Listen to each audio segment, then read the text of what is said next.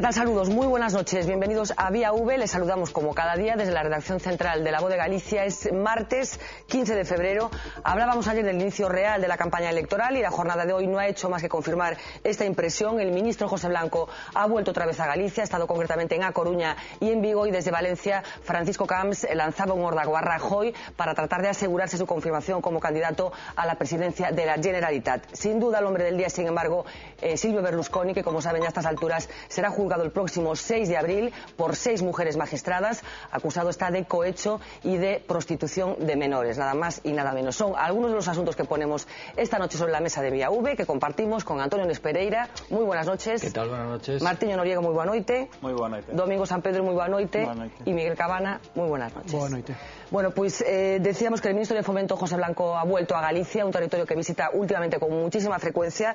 La excusa en esta ocasión ha sido la ronda coruñesa, la tercera ronda coruñesa, y la estación del AVE de Vigo, probablemente la que está más avanzada de todas las que están previsto construirse en los próximos meses, en los próximos años quizás. Se trata de un ambicioso proyecto de un premio Pritzker de la arquitectura. El norteamericano Tom Main, que cuenta entre sus futuros proyectos la Villa Olímpica de Nueva York, presentó en Vigo su aportación creativa a la ciudad olímpica, la nueva estación del AVE. It's an interesting project because it's the station, it's parking, it's commercial and it's plaza. So it's a condensation of the city itself. Para Main no es un edificio, sino un paisaje que irradia luz natural y que contempla a la ría. Tendrá una plaza en la parte superior de 26.000 metros cuadrados y 4 plantas que combinarán los usos comerciales, ferroviarios y de estacionamiento. Sus conexiones serán a través de pasarelas que le darán una imagen cosmopolita. 181 millones de euros invierte Fomento en este proyecto, que comenzará a construirse este año. Es un proyecto que ya es imparable, igual que el tren de la alta velocidad, aunque algunos siguen dudando, a pesar de que cuando tuvieron la responsabilidad del gobierno bien poco hicieron por Galicia y por el tren de alta velocidad. José Blanco anunció que en los próximos días se publicarán en el BOE los proyectos de los tramos restantes de la variante de Cerdedo para comunicar Vigo y Ourense con Madrid.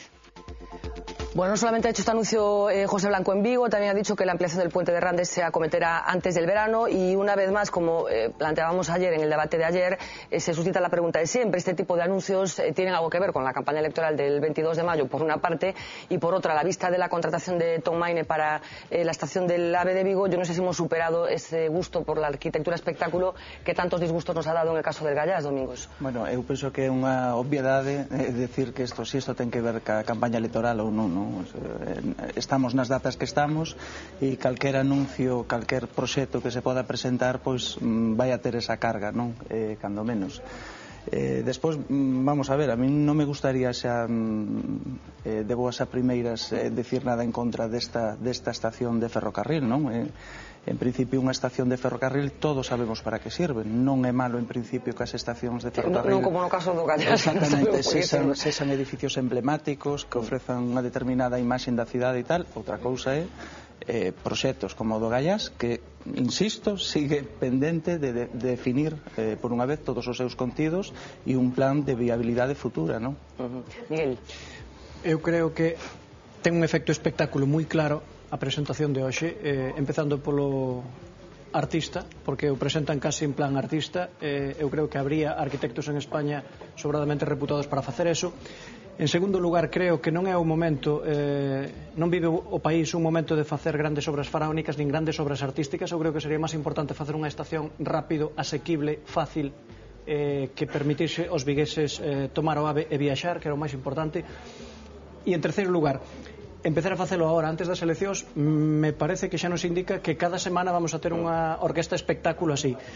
Ojalá que despois estos espectáculos vayan baixándose a realidade económica que temos ahora mismo, porque senón podíamos ter casi moitos Gallás en poucos meses. Claro, yo non sei se os sorprende un pouco a dimensión deste proxecto de Tom Maine no contexto no que estamos agora. Parece que estamos nun momento de apretar todo o mundo cinturón e evidentemente este proxecto non é comedido precisamente, non, Martiño? Si, a mí dá a sensación de que poñer o carro diante dos bois, non?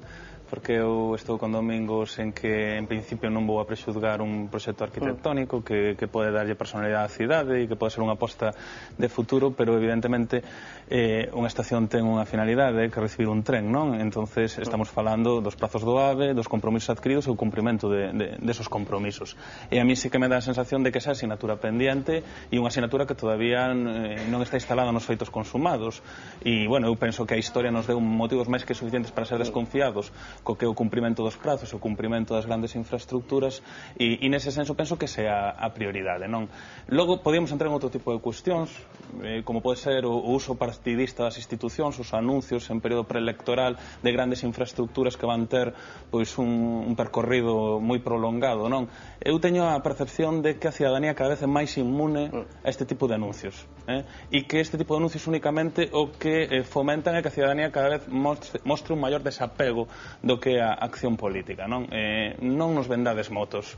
En estes momentos fan falta políticas apegadas á realidade, políticas comprometidas e evidentemente, decir, visións a medio e longo prazo son interesantes, pero bueno, cando están connotadas ca cercanía electoral claramente teñen un cheiro como si seguiran tomando asento un pouco por parva, ¿no? Sospeitoso, claro, ¿no? Efectivamente, Antonio. Pre-campaña electoral toda y la que nos queda de aquí al 22 de mayo. Este puede ser solamente uno de los muchos ejemplos que nos queda. Tengo la impresión además de que la campaña va a ser especialmente divertida. Sí, digamos, puede ¿no? ser que sea divertida, además muy abierta. Pero con respecto a este proyecto concreto estamos hablando efectivamente de 181 millones de euros. Estamos hablando de una intervención muy ambiciosa, a lo mejor propia de tiempos que no se corresponden con los que estamos viviendo. Y yo también coincido con lo que decía Martiño, que se genera una corriente de desconfianza en la ciudadanía cuando se habla del AVE. Estamos hablando de un proyecto de tren de alta velocidad que comenzó a gestarse, por lo menos en los titulares de los periódicos hace ya muchos años y en los compromisos de los políticos, en los calendarios de los políticos, incumplidos todos ellos hace también muchos años.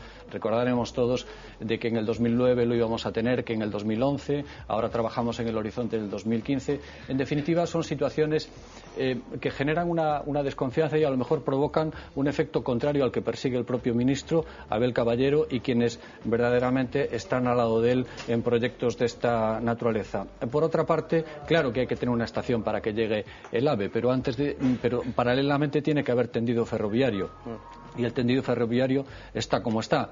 Evidentemente, por ejemplo, en el caso de Ourense, que es una cuestión pues emblemática, claro, para que el AVE llegue a Galicia tendrá que llegar primero a Ourense. Falta una macrolicitación por hacer, faltan muchísimas obras por hacer, falta la integración ferroviaria en la capital por resolver y en definitiva vamos a tener maquetas y vamos a tener a lo mejor estaciones construidas, pero no vamos a tener el tren en el andén. O que pasa que as eleccións veñen agora xa, non poden esperar a que se licite todo eso. Imos facer despois un pequeno repaso de como están o resto das estacións, porque non solamente vai haber a estación nova no caso de Vigo, probablemente, como decía, a cidade na que ten esta historia máis avanzada, no resto tamén hai proxectos, pero hai unha clave que me gustaría comentar con vos como analistas políticos avezados que sodes, que é esa relación entre Abel Caballero e José Blanco. José Blanco aproveitou para facer unha loa de Vigo que imos escoitar.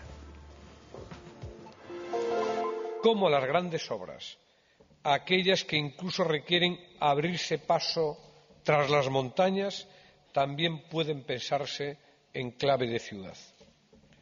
Una ciudad como Vigo que necesitaba que se le tomase en serio, confiando en ella como siempre, pero invirtiendo en ella más que nunca. Vigo necesitaba que se la tomase en serio, dijo en concreto José Blanco. Yo no sé, confiando en ella como siempre, pero invirtiendo en ella más que nunca. Acabamos de escuchar. Bueno, yo no sé si hay alguna clave oculta que le podamos comentar a nuestros espectadores. O que vexo é o que é obvio, quero dicir que na medida en que Abel Caballero se xoga o seu posto nestas eleccións, pois tamén en gran parte Pepe Blanco, non? É dicir, Pepe Blanco foi o seu principal aval, o seu principal mentor para convertilo en candidato á alcaldía de Vigo hai 4 anos. Pois bueno, pois por isto que ten Pepe Blanco, que foi unha persoa xenerosa, con toda unha xeración do Partido Socialista que de repente, cando pensábamos que xa non estaban en este, aparecen de eurodiputados en Bruselas, aparecen de delegados do goberno aquí, aparecen reubicados en fundacións de ferrocarriles, é dicir, hai un longo etcétera desa xeración. Por tanto, é lóxico creo que non podía pedírselle outra cousa de que Pepe Blanco apareza en Vigo pois defendendo a quen ao fin e ao cabo é alguén ou que ele apoiou para estar aí, non? Está ascendendo o poder de Abel Caballero dentro do PSDG, quero dicir, bueno, falando un pouco dos últimos nomeamentos dentro do PSDG, pues, estou recordando o voceiro actual no Parlamento, por exemplo, non? Totalmente, digamos que hai unha parte de cartas, digamos, de parte de non agresión dentro da estrutura do socialismo galego, do Partido Socialista Galego, digamos que Abel Caballero e a agrupación de Vigo, que como sabes a mayoritaria en Galicia, é a que aporta a pizca esa pois para que sexan, digamos, a maioría, non? Para poder levar a dirección do partido.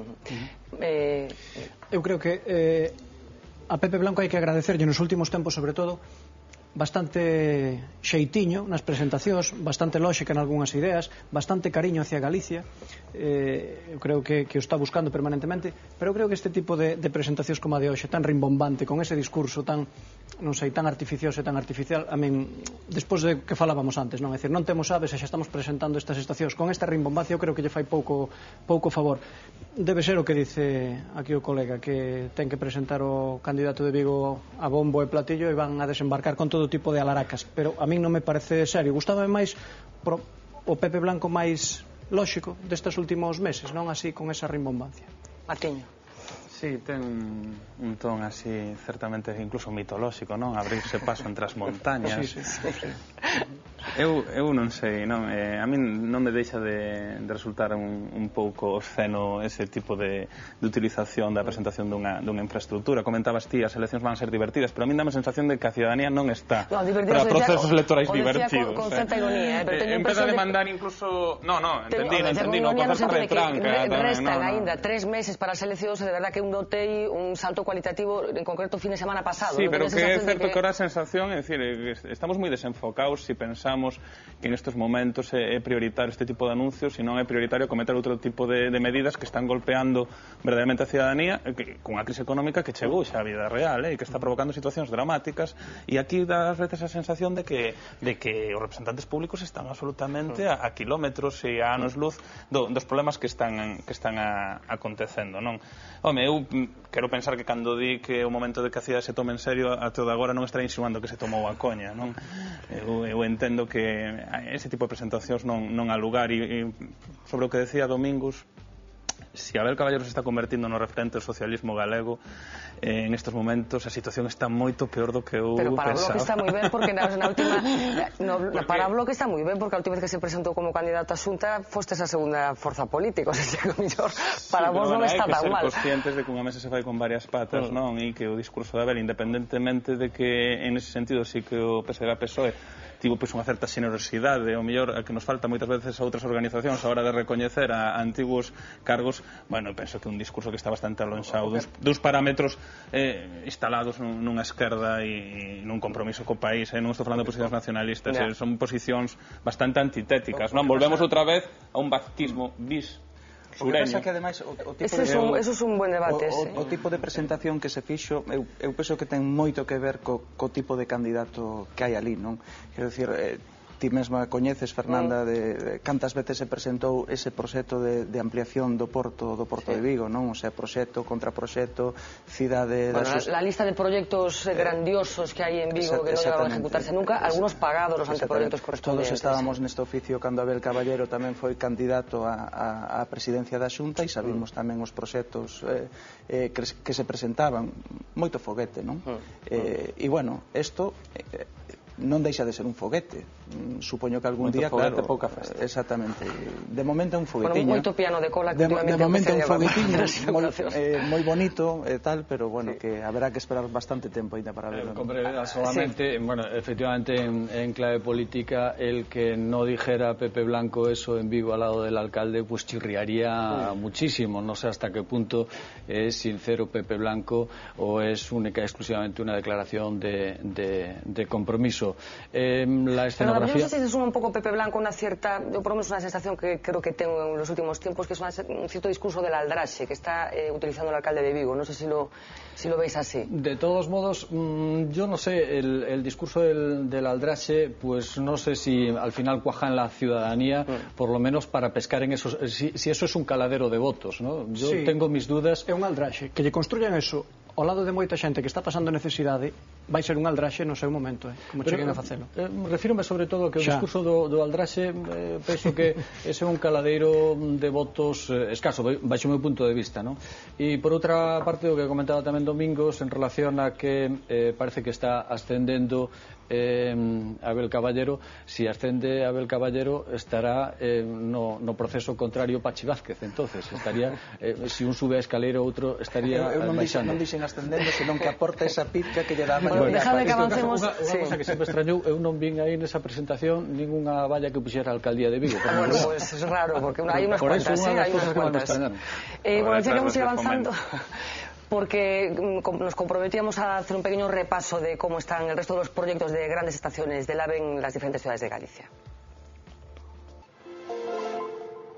Mientras en Vigo esperan por la aparición de las tuneladoras en el horizonte, en otras ciudades gallegas lo que se espera es que las fechas previstas se concreten, porque así es la llegada del AVE sobre el papel, pero a veces parece que la realidad va a una velocidad que no es precisamente alta.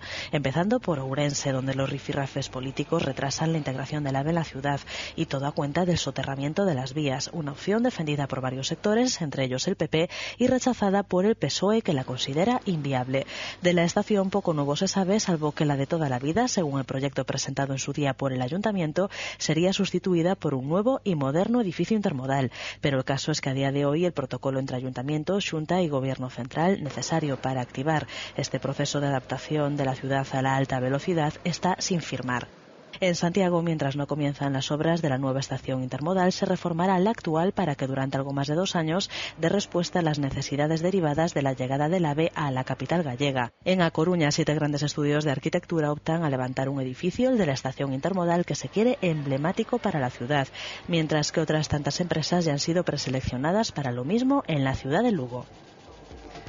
Bueno, me pedía Antonio paso y cerramos contigo este asunto. Sí, porque comenzaron precisamente el relato por la estación de Ourense. Este es precisamente el procedimiento contrario a lo que se está viendo en el resto de Galicia, por lo menos en la trama urbana del AVE. En el caso de Ourense, bajo mi punto de vista, es una demostración palmaria de la incapacidad que tienen las instituciones para llegar a un acuerdo y a un consenso que piden, entre otras cosas, los ciudadanos. Si todos los partidos venden que el proyecto del tren de alta velocidad es la oportunidad y desde luego es el que merece más esfuerzos y merece más consenso, en Ourense es un ejemplo absolutamente claro y paradigmático de que son incapaces de articular un discurso y de tener pues el más mínimo sentido institucional de un proyecto de esta naturaleza. Se acusan los unos a los otros, el PSOE y el Partido Popular, de ponerse chinitas en los zapatos para el desarrollo de este proyecto. Un consorcio que todavía está sin constituir en Ourense para que desarrolle precisamente la integración ferroviaria es incapaz de que se firme ni siquiera el protocolo que dé lugar a esa articulación de la integración ferroviaria. Mientras tanto, todavía se sigue discutiendo si soterramiento sí, soterramiento no. Tienen que ser los empresarios los que de vez en cuando lancen una andanada intentando liderar socialmente un proyecto que está en estos momentos absolutamente entorpecido por parte de los políticos que están haciendo partidismo puro y duro. Y yo eso tengo que denunciarlo porque lo vivo de cerca. Pues me das un pie estupendo, porque está hablando Antonio Nunes Pereira de la incapacidad que muchas veces tienen los políticos de llegar a acuerdos interesantes para el conjunto de la ciudadanía, y algo parecido sucedió esta mañana en el Parlamento gallego. Se constituía una comisión muy importante para el futuro de este país, una comisión que se va a encargar de analizar por qué en Galicia nos estamos muriendo de viejos. Me refiero a los problemas demográficos gravísimos que tenemos y sobre los que llevan alertando desde hace muchísimos años ya los expertos, gente de la universidad que está diciendo, entre otras cosas, que Galicia se está convirtiendo en un país inviable desde el punto de vista demográfico. Como decía, se ha constituido esa comisión. La idea es hacer un diagnóstico de lo que nos sucede y tratar de aplicar algún tipo de remedio. En próximos días irán desfilando por esta comisión expertos, pero hoy se trataba de presentarse y esto fue lo que dijeron los políticos. Eu xa vexo o que entenden vostedes por gobernar. Prácticamente o equipo da consellería está aquí. Pero non teñen nada que facer fora, home. Pero se hai 40.000 dependentes, señora Piñeiro, á espera dunha prestación. Que está facendo aquí? Perdendo a mañán nesta comisión. O Partido Popular ven defender aquí o mismo modelo da Conferencia Episcopal, en que as mulleres están aquí para reproducir, e se teñen sorte poden traballar en algo, pero primeiro é ponerse a parir que Dios proverá. Pediríamos sacar a loita partidista no día a día cortopracista desta cuestión, porque realmente, se non o facemos así, presumo que chegaremos a uns avances moi limitados. O que apelo aquí é a esa recapitulación que deben de facer para ter realmente altura de miras e falar de algo, insisto, que é clave na nosa sociedade. Bueno, probablemente todos estamos de acuerdo con lo que acaba de decir la conselleira, de que es un asunto clave en nuestra sociedad, pero yo no sé si estamos en disposición de conseguir que estos señores se pongan de acuerdo, Domingos. Bueno, o que vivimos esta mañán ali foi... surrealista. Bochornoso.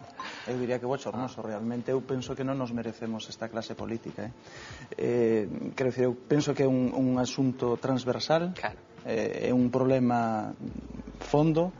Creo que tamén que o goberno esperou demasiado tempo, porque foi o principal acordo do debate do Estado de Autonomía de marzo do ano pasado. O principal acordo foi constituir esta comisión, que xusto cando vamos a entrar en marzo e a celebrar un novo debate parece que se crea para decir cumplimos o do ano pasado. É dicir, quero dicir, eu pediría un pouquiño máis de vontade por todas as partes, porque penso que non é de recibo que se presente unha conselleira con todo o equipo ali que os manden a traballar por aí a abrir escolas e tal, é dicir, o seu traballo consiste en eso, non en comparecer tamén no Parlamento, e creo que non é unha boa forma de empezar, é dicir, se temos que xulgar ou prexulgar as conclusións ás que vai a chegar esta comisión pola sesión inaugural vivida hoxe, en fin, apañados vamos. Hablamos un poco de que probablemente se echa en falta por parte de la ciudadanía un diagnóstico más serio, un trabajo más responsable con este asunto que, como decíamos, los expertos coinciden en considerar uno de los problemas más graves que tiene Galicia en estos momentos, y así como no nos quedamos satisfechos con lo que vimos de la clase política, hemos recurrido a alguno de estos expertos, en concreto a Carlos Ferraz Sexto. Él es doctor europeo en geografía, participó en esta mesa en Vía V en un debate sobre demografía y nos sigue planteando el panorama con la misma crudeza. Vamos a tener serios problemas para asegurar el relevo generacional en Galicia. Va a fomentar y todavía más el envejecimiento, y por lo tanto eso va a contribuir a que asistamos a un auténtico fenómeno de suicidio demográfico de la sociedad gallega. Galicia tiene malos datos porque obedece a un proceso histórico de declive demográfico vinculado sobre todo a la emigración, y ahora estamos sufriendo las consecuencias. Servicios e industrias se localizan fundamentalmente en el eixo atlántico. Las áreas de montaña tuvieron sentido, su poblamiento tuvo sentido en un pasado, pero hoy en día sus economías dejan de tener sentido. No se ha creado, a mi juicio, un medio ambiente propicio para la natalidad, para fomentar relevo generacional. La introducción de la mujer en el mercado de trabajo no ha sido suficientemente planificada en cuanto a la protección de la maternidad. Eran opiniones, como decíamos, de uno de los expertos en demografía que lleva clamando desde hace muchísimos años. Martiño, yo traslado un poco la pregunta. Yo no sé si hay solución todavía para este suicidio demográfico. Claro, ¿sí? Cabela, non? Seguro. Home, seguro. Seguro que sí. Seguro non hai nada nesta vida, pero polo menos eu penso que hai perspectiva de futuro. Eu penso que a diagnose está feita, non? Outra cousa son as medidas a adoptar. E a min pareceme moi ben que se siga incidindo na diagnose. Sí que me gustaría que desta comisión que se constitúe saíra polo menos unha serie de medidas a medio prazo que abordaran de maneira transversal, como decía Domingos, esta cuestión. Eu sí que coido que hai un cambio de modelo sociocultural na cidadanía, que además non é prexulgable nin do punto de vista moral nin ético, que é unha realidade, non? En canto a maternidade, sí que estou convencido de que tamén hai un déficit en políticas de conciliación, que é unha cuestión que se demanda moitísimo, pero tal como están as cuestións, tal como está en estes momentos sufriendo un lifting o estado de benestar, dame sensación de que non podemos garantizar unha mellora das políticas de conciliación. Nos concellos periféricos, as grandes cidades, facemos números para poder implementar medidas en este sentido. sentido, e os fondos que están chegando son fondos claramente inexistentes, é dicir, parten do voluntarismo, pero logo hai unha cuestión que hai que decidir, non? É dicir, a cidadanía hai que ofertarlle a medio prazo unha perspectiva de país, non? É dicir, que imos facer? Que imos a producir? Como imos a sobrevivir nesta selva globalizada? Que potencialidades temos? Como vamos a aproveitalas? Porque nestes momentos temos un sector, que é o sector da produción, o sector da construción, que se veu abaixo, con todos os dependentes, un sector primario absolutamente esfarelado, un sector do naval, pois, absolutamente constriñido polas medidas europeas.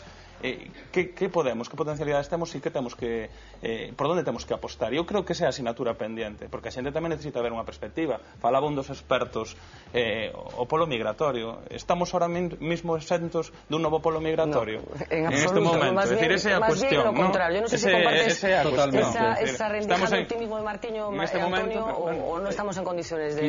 Quisiera ser igual de optimista, pero la verdad es que los datos que manejamos no inducen a ese optimismo, sino todo lo contrario. Yo creo que este sí es un problema y no los plazos del AVE. Es decir, sé que no son comparables, pero yo creo que el principal reto que tiene planteado en estos momentos Galicia como sociedad es efectivamente que estamos asistiendo, como decía este experto, nada más y nada menos que a un suicidio demográfico. Eso es absolutamente delirante. Leíamos esta mañana una información que publicaba nuestro compañero Carlos Hablaremos Cruzón. después de eso, sí. De lo de la pérdida de los concejales, que bueno, no es una cuestión administrativa. Es que claro, te pones a analizar y resulta que tiene consecuencias sobre todo, sobre toda la realidad. No es una cuestión política, no es una cuestión administrativa de funcionamiento de las corporaciones locales, sino que es la realidad de una parte muy importante de la sociedad gallega, de los 315 concellos que están absolutamente envejecidos en la mayoría de ellos. Yo creo que es un problema que hay que atajar, y no hay que atajar con algaradas como las que se vieron esta mañana en el Parlamento por parte de diputados que cobran más de 4.000 euros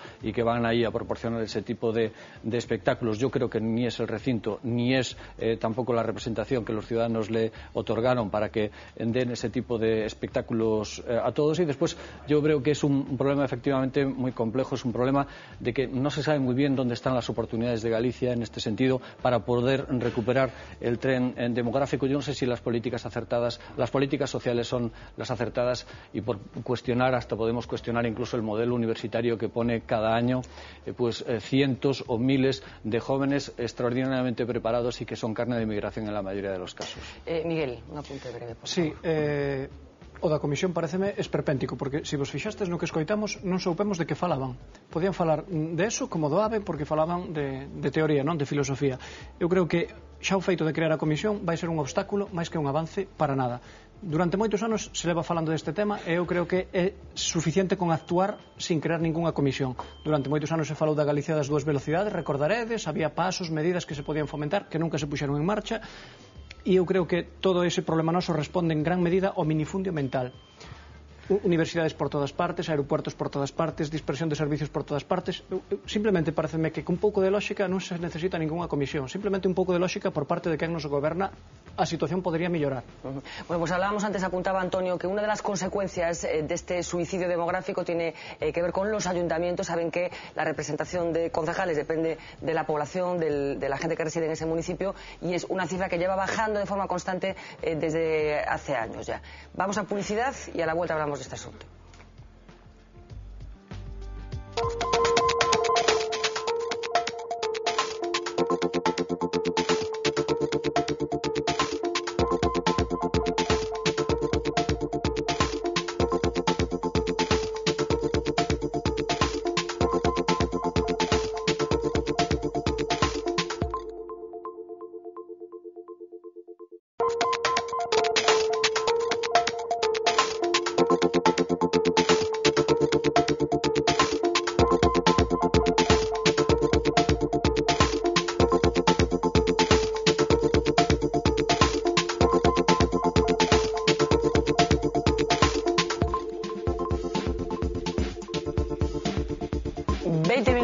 las 10 de la noche continuamos en directo en Vía V. Hablábamos antes de la publicidad de ese suicidio demográfico en el que estamos incurriendo los gallegos desde hace muchos años, y una de las consecuencias de ese suicidio tiene que ver con los ayuntamientos, con el número de concejales que están representados en cada concello. Les adelanto un dato que confirmaremos en el vídeo que vamos a ver a continuación. En el año 1987 se eligieron 233 concejales más de los que saldrán de las elecciones del próximo 22 de mayo. La sangría poblacional que sufre Galicia también le pasa factura a la política. En las próximas municipales de mayo, 22 ayuntamientos van a tener que reducir su lista de concejales respecto a los anteriores comicios locales. En total, serán 48 ediles los que perderán su plaza. Las cuentas son claras. Si hay menos habitantes, se necesitan menos políticos para gobernarlos. Y los cálculos apuntan a que la tendencia se mantendrá en el futuro. Si nos comparamos, por ejemplo, con hace 2 décadas, teníamos hasta 233 representantes más en las corporaciones. El interior de Galicia es de nuevo el que más aqueja este envejecimiento crónico de la población y la falta de nacimientos para compensarlo. Pero en la lista también figuran localidades costeras como a Pobra do Caramiñal o Porto do Son. En el lado opuesto, en el de los ayuntamientos que han visto crecer su padrón, la cifra se reduce a 4. Y uno de ellos, Oimbra, de forma algo sospechosa. La oposición ya ha denunciado ante la Oficina del Censo Electoral el repunte del número de vecinos en los últimos 3 meses, tras años consecutivos de pérdidas. Bueno, un dato más, la pérdida de concejales de este año creo que es la segunda más importante desde el año 95, creo que en el 95 también se perdieron muchos concejales de unas elecciones municipales a las siguientes, pero esta será la siguiente.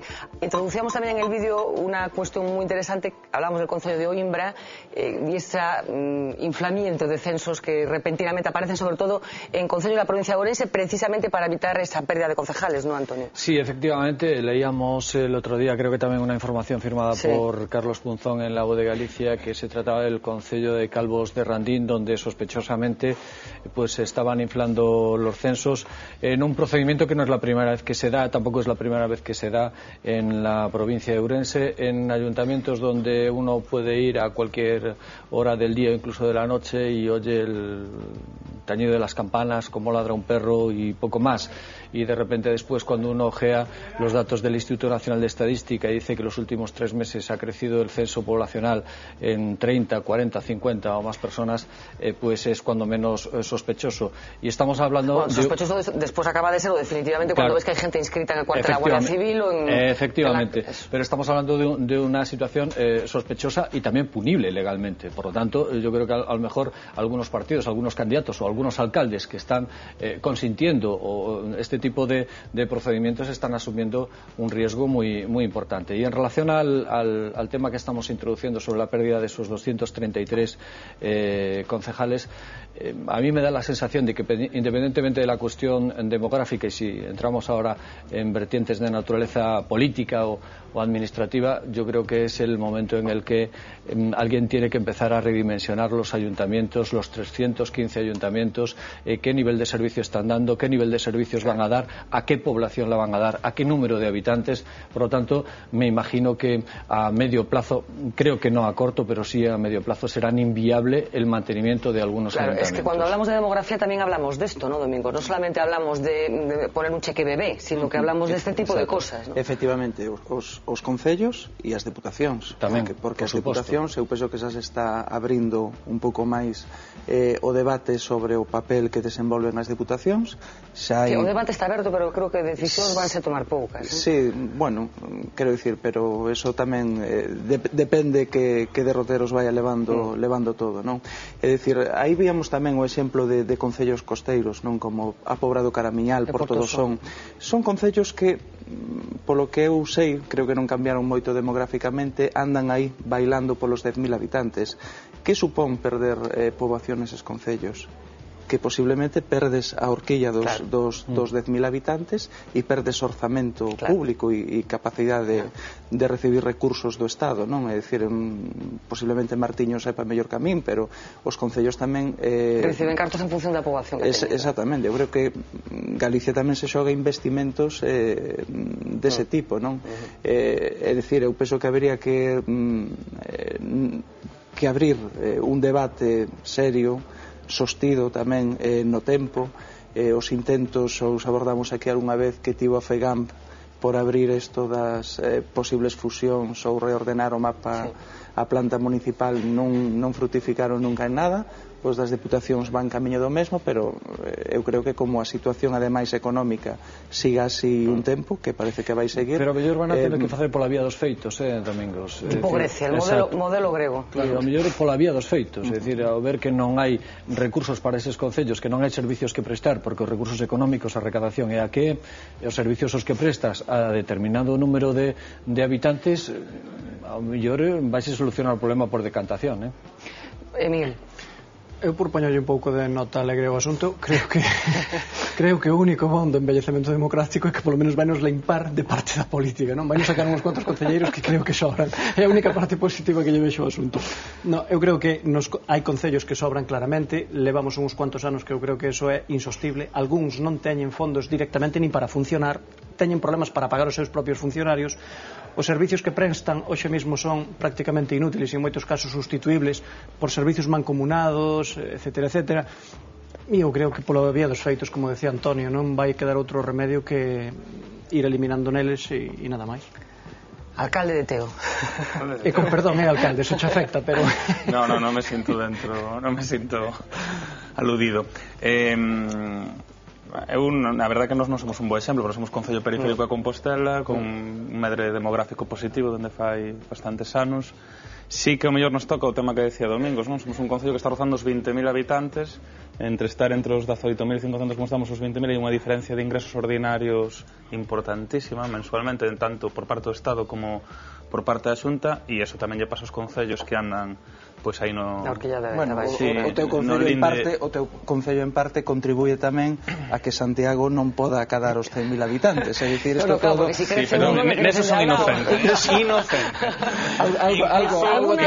¿Dónde es? ¿En Ferrol y Fene? Pues que hai un pique aí importante. Podo asegurar, Domingos, que nós non movemos os marcos, é dicir, non estamos facendo ningún tipo de movimentos de marcos. Pero bueno, aquí hai varias cuestións que se puxeron en riba da mesa. Por unha parte está os censos inflados. Eu penso que eso é un fraude de lei, non? E eu aí creo que sí que hai que exigir responsabilidades judiciais, porque evidentemente estás deturpando o procedimento democrático nese concello e estás alterando a vontade dos veciños e veciñas dese lugar, non? Os límites do campo de xogo teñen que ser os mesmos para todos. Bueno, outra deuda con la que tenemos contra con la justicia, que de momento tampouco ha tomado muchas cartas en el asunto. E hai unha cuestión que tamén é importante. Eu estou e entendo que é necesario mellor mancomunar servicios. O que pasa é que para os que estamos no municipalismo ás veces é complicado, non? Porque, decir, as necesidades de saneamento siguen sendo as mesmas, as necesidades de prestación de servicios, que a dispersión demográfica que temos son grandes, son moi costosas. Entonces, claro, eu sí que creo que hai que economizar enerxías, prestar servicios mancomunados, pero a cuestión económica tamén vamos a ter máis fondos, como se van a axustar os fondos, porque os fondos van a seguir sendo necesarios, os mesmos que a día de hoxe, ou incluso máis. O que as administracións locais viven na anorexia permanente entre ingresos e gastos e na prestación de servicios. Entón, a que vai levar esa prestación de servicios mancomunados? Vai haber unha refinanciación do campo local? Non o vai haber. E por último, outra das cuestións que saiu, que é o tema da Diputación. Eu creo que de unha vez por todas nos temos que tomar en serio poñer en solfa este tipo de cuestión, non? E hai un exemplo, que é a Diputación de Barcelona. A Diputación de Barcelona foi posta en entredito polo catalanismo político, pero por unanimidade no Parlamento, pedindo a súa desaparición, e iso obrigou a Diputación a reinventarse. A día de hoxe é unha Diputación modelo e unha Diputación que é unha carteira de prestación de servicios, transparente e absolutamente comunicada cos concellos. Os mesmos responsables da Diputación, dos mesmos partidos que puxeron en entredito as propias diputacións, din que se viron obrigados pola presión política cidadana a reinventarse e a convertirse en diputacións, en este sentido, prestadores de servicio para todos os niveis, análisis de augas, planificación de infraestructuras, non políticas partidarias, e un exemplo. Aquí que temos e se collemos o modelo Costa a Luzán. Entonces, claro, é dicir, evidentemente poñamos xa en riba da mesa unha cuestión de que as diputacións o que non poden ser é cabalos de Troya de maneiras de pero o mellor o modelo que hai que ir é realmente o modelo da Diputación de Oviedo, da Diputación de Logroño, é dicir, que non existen. Sí. E non pasa nada, non?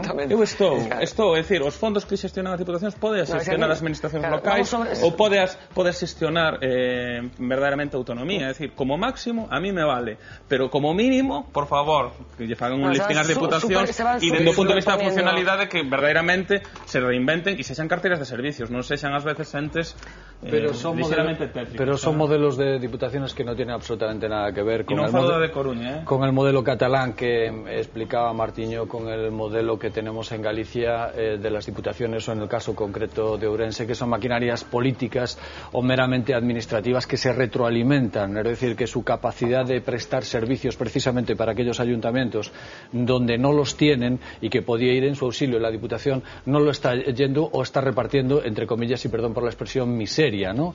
Que es lo que está haciendo. Por otra parte, sigue siendo un gigantesco aparataje para el control político y para, desde luego, ejercer efectivamente desde el punto de vista político ese control y ese poder, pero no como una institución que esté solucionando los problemas de muchísimos ayuntamientos, en este caso de los 92 ayuntamientos. Estamos hablando de ayuntamientos, estamos hablando de elecciones municipales y teníamos hoy la curiosidad de saber si la gente está en esta pomada, si la gente está enterada de que el 22 de mayo tiene que ir a votar. Y este es el resultado.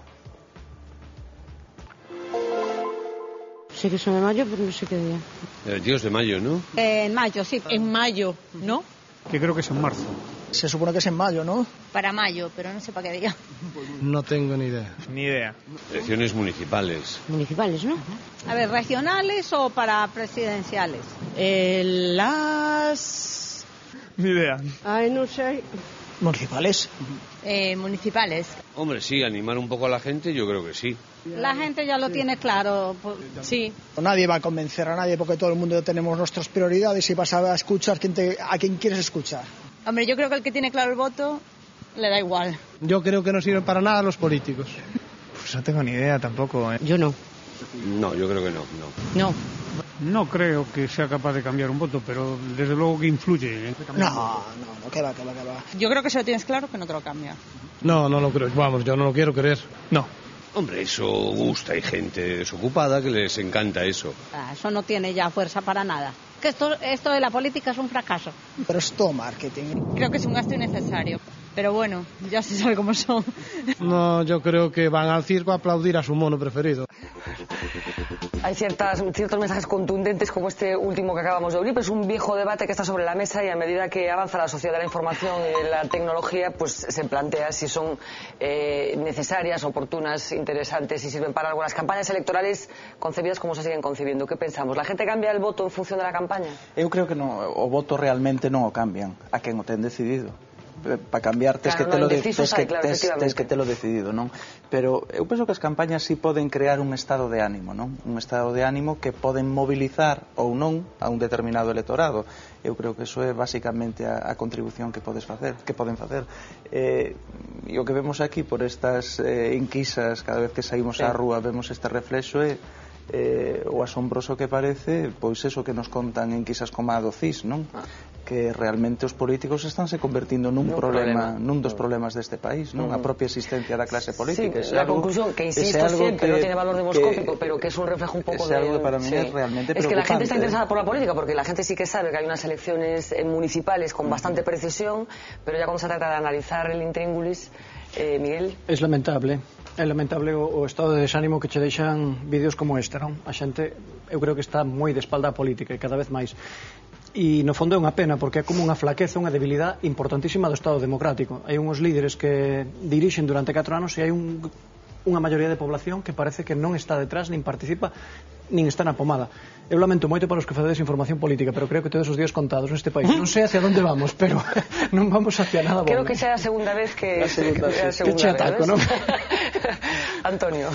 Yo creo que primero me quedé sorprendido de que efectivamente la gente lo tiene claro y tiene también muy claro el sentido del voto. Efectivamente tiene razón lo que dice Domingos, que las campañas no valen para los que tienen efectivamente su voto decidido. Pero sí coincido un poco con esa apreciación general de que los políticos son amortizables. Yo creo que la sociedad en estos momentos está viviendo un proceso muy individualizante, cada uno muy preocupado con lo que está ocurriendo y con un estado incluso de casi de crispación y de exigencia, con una necesidad incluso de descargas de adrenalina que las produce muchas veces en opiniones como esta, cargando contra los políticos. ¿Por qué? Porque la sociedad está en estos momentos asistiendo a una serie de problemas y tiene que gestionar su día a día y ve que el político está en otro discurso y que cada vez la lejanía es mucho mayor. Bueno, esa desafección tiene ciertos riesgos de los que después hablaremos, que se llaman, por ejemplo, Silvio Berlusconi. Martiño, como político que está en la mesa, un comentario breve, por favor. Como representante público. No, político, dije, es el único político que yo sepa que está en la mesa. No, pero quiero decir, a mí me cuesta más veces incluso enfrentar a política como unha profesión, ¿no? Que creo que hai incluso ás veces se instalan determinadas percepcións da ciudadanía. Eu sí que coido cos representantes públicos e os políticos, porque eu sei que está de moda buscar culpables, non son un ente abstracto, son prolongacións da sociedade, cos súas virtudes e cos seus defectos. Entonces, eso tamén é un análisis que se debería facer, porque a min ás veces determinadas posicións de distanciamento, incluso posicións demagóxicas, lévame a facer a pregunta que un pouco poñaste en riba da mesa, non? É dicir, se hai esa percepción cidadán, no fondo, este é un triunfo do sistema, polo menos que non busca pluralidade nin diversidade e corremos o grave risco de acabar recurrindo ao califa, a simplificación e a tamén ao convencimento de que non hai lecturas diversas da realidade política e propostas alternativas, que todos temos unha cuota aí. Califas ou experimentos. Decías que los políticos son unha proyección de la ciudadanía. Eu teño o convencimento de que a crise económica e como está chegando a vida real e ante a falta un pouco de marxen que poden ter os representantes públicos as opcións políticas, corremos o grave risco da deritización e de irnos a posicións, digámoslo amablemente, fascistoides. E a mí eso sí que me preocupa, que non deixa de ser unha movimientos como Berlusconi en Italia probablemente sea un símbolo dun fracaso de determinadas cosas. En canto ás eleccións, brevemente, eu sí que estou con Domingos, que evidentemente quen ten a decisión adoptada non, pero sí que estou convencido de que poden decidir unhas eleccións, sobre todo no segmento de indecisos, e poden xerar estados de ánimo, que son cuestións moi subjetivas. Quizás se vio aquí en las autoridades autonómicas, creo que tamén se comentó en alguna ocasión aquí, ¿no? Bueno, hablando del anterior gobierno de la Xunta, por cierto, quería traer sobre la mesa una decisión que ayer ratificaba el Tribunal Superior de Justicia de Galicia. El anterior gobierno de la Xunta, que formó parte el Partido Socialista y el Bloque Nacionalista Galego, anulaba en el año 2007 el planeamiento urbanístico de Barreiros. Recordarán, esta localidad de Lugo se convirtió en su momento en el símbolo de lo que se vino a llamar marbellización de Galicia. En su momento fue muy cuestionada la decisión del bipartito, pero como decía ayer, la justicia consideró que esa decisión fue tomada de la forma correcta. El 1 de febrero de 2007, un decreto autonómico daba un brusco giro al urbanismo de Barreiros. Quedaban suspendidas las normas subsidiarias y se dictaba una restrictiva normativa provisional, restrictiva hasta el punto de que paralizaba casi por completo la construcción en el municipio. Las obras abandonadas e incluso deterioradas hoy abundan. Hai uns 20 edificios que están completamente bloqueados. Espero que saquen unha solución o rápido posible, porque non podemos vivir así. Solamente non podemos tener un local de hostelería, cáusame vivir como a todo Dios. Aquella decisión tuvo sus consecuencias. Pois a falta de emprego, a pérdida de valor dos terrenos, houve moita xente que quedou moi fastidiada, cando falo de xente moi fastidiada, falo de veciños do noso concello. En el año 2006, el Colegio Oficial de Arquitectos de Galicia llegó a avisar proyectos para construir 6.000 nuevas viviendas en este municipio. Hoy el Tribunal Superior de Justicia de Galicia avala esta paralización, la cree justificada. Non a compartín porque que sempre mantuven e manteño que era unha decisión política e o Concello xa encargou os proxectos de urbanización para o suelo urbano que xa darán continuidade e prácticamente estaremos no punto final de todo este proceso. Los planes sectoriales en los que trabaja el Concello, la actual Xunta y la Diputación suponen una reactivación del sector. Harán que alguno de estos proyectos salga adelante. Bueno, insistí en un dato solamente que creo que se apuntaba en el vídeo, pero creo que es muy revelador. En el año 2006 el Colegio de Arquitectos de Galicia avisó proyectos para construir más de 6.000 pisos en este concello que tiene 3.500 habitantes, solamente en el año 2006. Yo no sé si la crisis del ladrillo es la forma de acabar con este problema con el que nos estamos encontrando en aquellos años que venimos a llamar marbellización de Galicia, Domingos. Bueno, esa imagen que acabamos de ver é o paradigma, non? De toda esa época. E realmente eu penso que o actual goberno da Xunta si está con esa disposición, cando fala de flexibilidade de aplicar con sentidiño, como soe decir Manolo Ruiz, ou con flexibilidade, como di o conselleiro, as normas de ordenación, de planeamento e tal, eu penso que o que se intenta precisamente é darlle solución a situacións como a de Barreiros, non? A situación de Barreiros, que temos aí un monte de cascallos ou de estruturas de edificios que nin arre nin xo, o sea, nin acabarán sendo edificios, nin demolelos é un coste bestial. Entonces eu penso que hai que buscar cando menos unha solución intermedia, pero sí penso que tamén chega un momento de decir non todo vale, non? E o caso de Barreiros penso que para o anterior goberno serviu un pouquiño de exemplo, non? De decir, de coller unha bandeira e dicir non todo vale, non vamos a tolerar todo e hai que parar con esto. Miguel, como delegado de la Voz en Lugo, toda la zona de Amariña, Lucense, quedó tocada como consecuencia del boom de ladrillo o no? Menos, especialmente Barreiros. Barreiros sí, porque entre Barreiros, Foz, nesa zona intermedia da costa produciuse a burbulla de forma moi especial, moi espectacular, hasta o punto de que prácticamente a rasa da costa, que é unha planicie como de 3, 4, 5 kilómetros hacia atrás, nesos dous concellos quedou prácticamente completa, construída. E claro, quedou construída previamente a un desenrolo urbanístico lógico, normal e razonable. Entonces a situación foi especialmente extrema. Bueno, hay dos protagonistas en el día, perdonad que nos dé paso, pero tenemos que seguir avanzando. Dos protagonistas en el día. Uno es Silvio Berlusconi, hablaremos después con la corresponsal de La Voz de Galicia en Roma, pero quería traer sobre esta mesa al otro protagonista de la política española, que es Francisco Camps. Ayer lanzaba un órdago al presidente del Partido Popular, a Mariano Rajoy, y se autoproclamaba candidato del PP a la Generalitat de Valencia. Ayer María Dolores de Cospedal insistía en que todavía no hay fecha para la designación de Camps y que en el próximo Comité Electoral Nacional ella será la única candidata confirmada.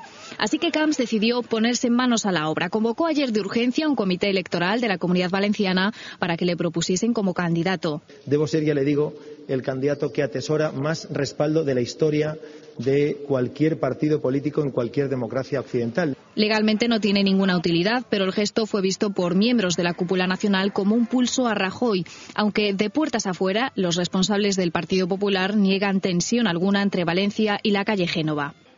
Valencia convocó ese comité a instancias de la Dirección Nacional del partido. El PSOE, por su parte, califica de increíble que el valenciano todavía no haya dimitido. Ningún implicado en casos de corrupción va a ir ni debe ir a ninguna lista electoral. Los dirigentes coinciden en que Rajoy prefiere ser cauteloso, ya que teme que el proceso de cohecho en el que está imputado Camps pueda estallar en plena campaña electoral. Bueno, a estas alturas de la jornada sigue sin confirmarse oficialmente que el Partido Popular en Madrid haya confirmado a Francisco Camps como candidato, y para completar un poco a este personaje tan particular vamos a recordar algunas de sus intervenciones de los últimos meses. Yo creo que dan bastante idea de por dónde va el personaje. Si alguien escuchase hablar a Francisco Camps por primera vez, podría parecer que estamos ante la reencarnación humana del animal político aristotélico. Debo ser, ya le digo, el candidato que atesora más respaldo de la historia de cualquier partido político en cualquier democracia occidental. El presidente de la Comunidad Valenciana parece aprovechar cualquier acto público para sacar pecho de su honradez. Porque todo el mundo en España, los 45 millones de españoles, saben que soy honrado. Para Camps no hay dudas sobre su veredicto. Les he dicho que soy absolutamente inocente. Y si le preguntan sobre sus supuestos regalos, su respuesta será rotunda. Es falso de toda falsedad. Esforzarse tanto en demostrar su inocencia a buen seguro resulta agotador. Por eso el presidente valenciano de vez en cuando se toma un respiro. Yo me cojo a la señora y a mis conciudadanos para seguir trabajando por el futuro de esta tierra. Para usted el Código Penal. Pero si de algo no hay duda es de que Camps goza de una gran autoestima. Que tengo lo mismo que tenía cuando llegué a la política. Y lo creen todos mis compatriotas, desde Finisterre hasta Cabo de Gata. Habrá que esperar a que la justicia se pronuncie, pero este animal político tendría que saber aquel viejo refrán que reza: dime de lo que presumes y te diré de lo que careces. Bueno, vemos una imagen de Francisco Camps con el presidente de la Xunta en ese viaje que hacía en verano aquí a Galicia. Yo no sé si Camps se ha convertido en un problema para el Partido Popular, Martín. Claro, un intenta enviar mensaxes de conciencia republicana e se encontra logo con este tipo de representantes públicos e que non lle quedan argumentos, ¿no? Está difícil. A cuestión tamén está que evidentemente hai o principio de presunción de inocencia ao que el se acolle, non? E que verdadeiramente enlazamos co que íamos antes, non? De que a cidadanía non deixa ser unha proxección dos representantes públicos, porque o lóxico sería que si el acudir a unhas eleccións a cidadanía o castigara co seu voto, non? E estamos falando de que as intencións de voto lle dan unha ampla maioría, non? Algo así pasa tamén con Berlusconi, non? Entón, ao millor sí que no fondo estamos correndo o risco de chegar a iso, non? Da perda de capacidade crítica, de que, claro, como todo é o mesmo, non hai capacidade de reacción na sociedade e na cidadanía, e temos situacións como as de Camps, ou xa moito máis evolucionadas como as de Berlusconi. Pero, bueno, é dicir, non sei que pensarán os compatriotas de Fisterra aquí, pero supoño que non gastarían ningún minuto da súa vida en pensar na honorabilidade do señor Camps. É que despois, vamos a ver, o señor Camps pode ser inocente, pode ser culpable, evidentemente a presunción está aí, pero despois de ver un vídeo como este, non teño dudas de que é culpable. É dicir, é culpable de representar en política algo que realmente non ten que representar un político. Es tan extravagante el personaje que nos provoca una cierta admiración, una cierta incredulidad, que haya gente, una cierta incredulidad, que haya gente, no sé, con esta forma de comunicar, ¿no? Aquel que escribira Mendoza, non? O Gurb, aquel que caía de repente aquí, claro, tiña estes comportamentos, pero en fin, eu creo que representa todo o que hai que desterrar da política ahora mismo, esa actitude chulesca, ¿no? Esa forma despreciando al Código Penal, esa forma ingreída, esa actitude, bueno, por favor. Pero eu creo que os políticos ao final xa saben que o show e o espectáculo ao final triunfa, non? Eu creo que todo o país pasa os días vendo a televisión, esos televisións de show e de espectáculo e de morbo, e eles participan dese... Porque hai unha estebanización de la clase política. Sí, porque naide nos seus ans cabales pode decir esa sarta de engreimentos así si non cree que eso vai a ter algún... Eu teño a mesma credibilidade en todo iso que ten na súa conta bancaria 900 euros, o sea, a mesma. Bueno, desde logo.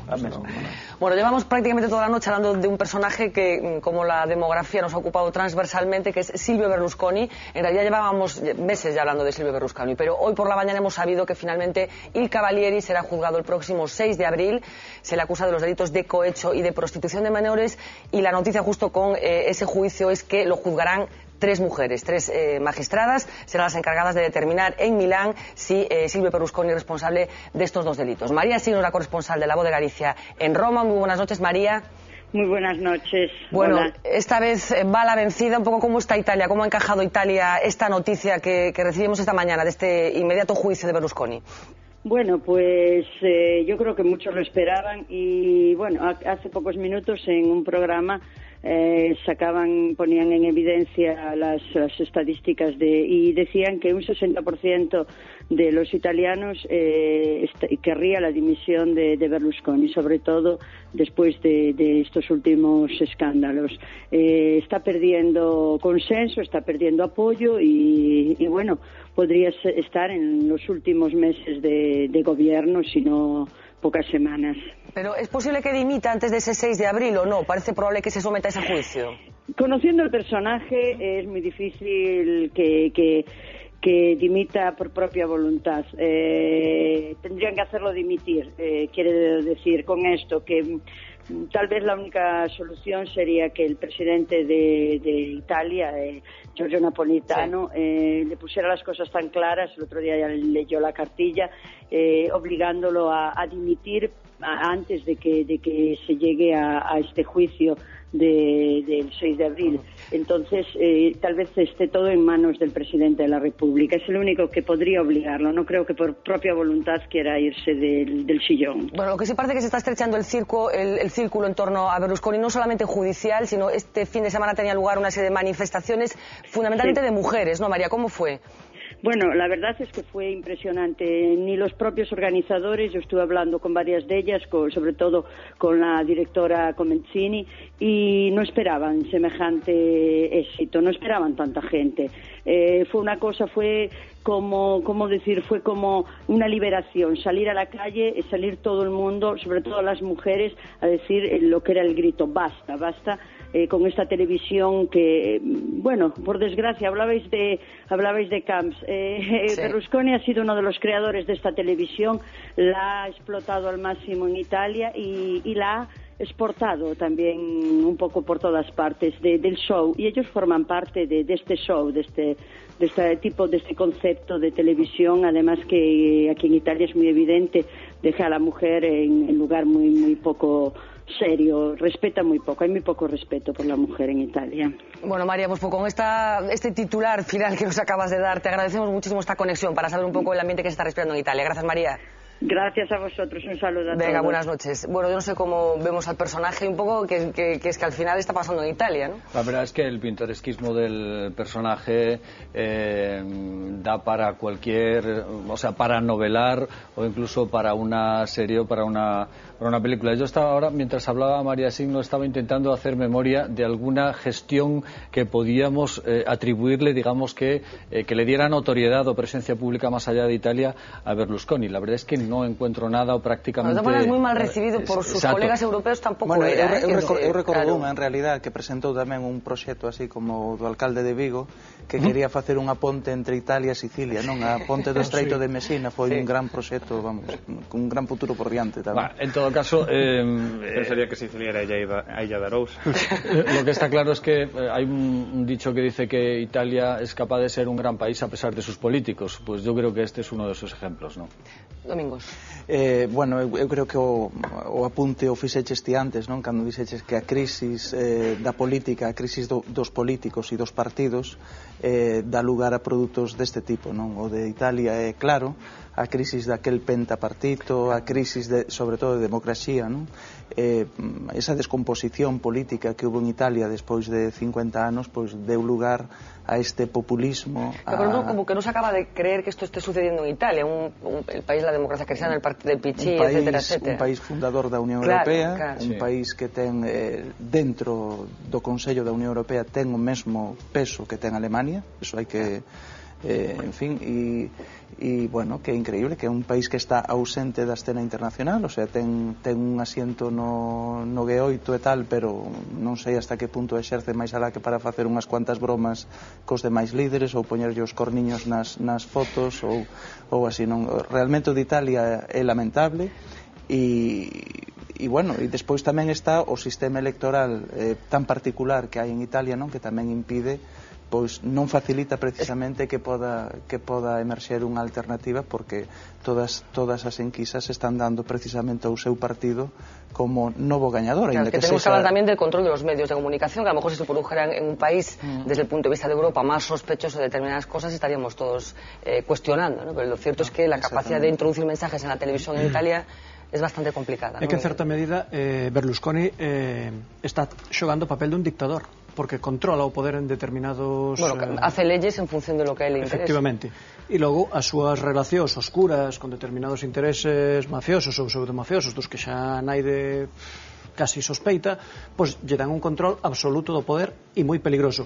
A mí o que me extraña é esa especie de punto e aparte que son esas manifestacións de mulleres que se produciron de forma, parece que tan natural e espontánea, non?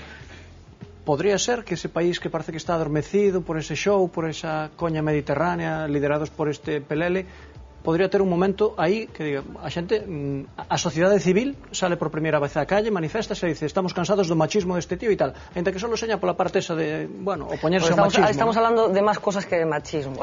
Sí, Antonio. No, para concluir, en realidad todo esto que estamos viendo en Italia, todas las imputaciones que le hacen, serían impensables, no sé, en España o cualquier otro país de la Unión Europea. Por eso a mí me sorprende cómo primero siga teniendo el respaldo que sigue teniendo, y por otra parte cómo es capaz incluso de intervenir desde el punto de vista de las argucias legales y de los recursos para eludir sentarse ante el banquillo ante la justicia, vamos. Bueno, pues hay una noticia de esta misma tarde que quería compartir también con todos ustedes, una manifestación que tenía lugar en Vigo a las 7:30 de la tarde, creo que empezaba, contra la ley antitabaco. Coincide además con una serie de acontecimientos que han tenido lugar en torno a esta ley, algunos con un cierto tono surrealista, como esa denuncia que se ha presentado contra un musical, en concreto contra el musical Hair, por fumar un cigarrillo que finalmente no es un cigarrillo de tabaco, sino un cigarrillo de hierbas. Vamos a ver un poco lo que ha pasado en Vigo.